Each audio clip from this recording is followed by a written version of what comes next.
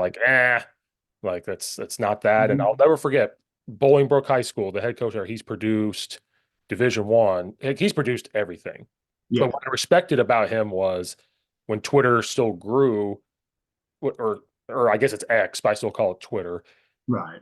He pumps out everything. So if a kid goes Division 3, he is blasting it all over Twitter Mhm. just as much as a kid that goes to like Michigan or Michigan State. He is pumping it out because he's like, this kid got out of the situation he was in and he's going to go play Division 3 ball. If he continues to not play ball, hopefully he still stays and goes to college. Like he pumps it out. Mhm.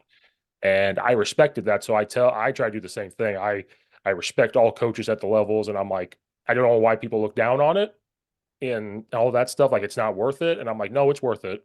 It's totally worth it. Yeah.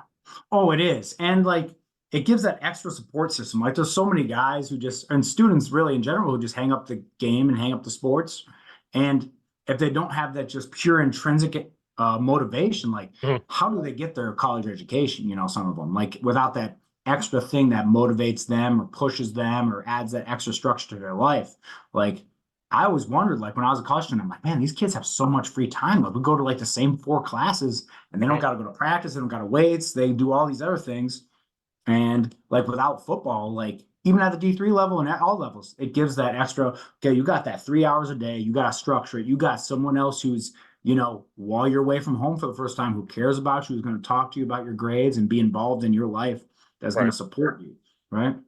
And at the D3 level, many times it's the same coach who's been there for 10 years and everything else who, you know, I'm not saying the job's unfireable or anything, but like many times that's they're going to be there a little longer so they can develop this better relationship and everything else to help these Right. student athletes, right?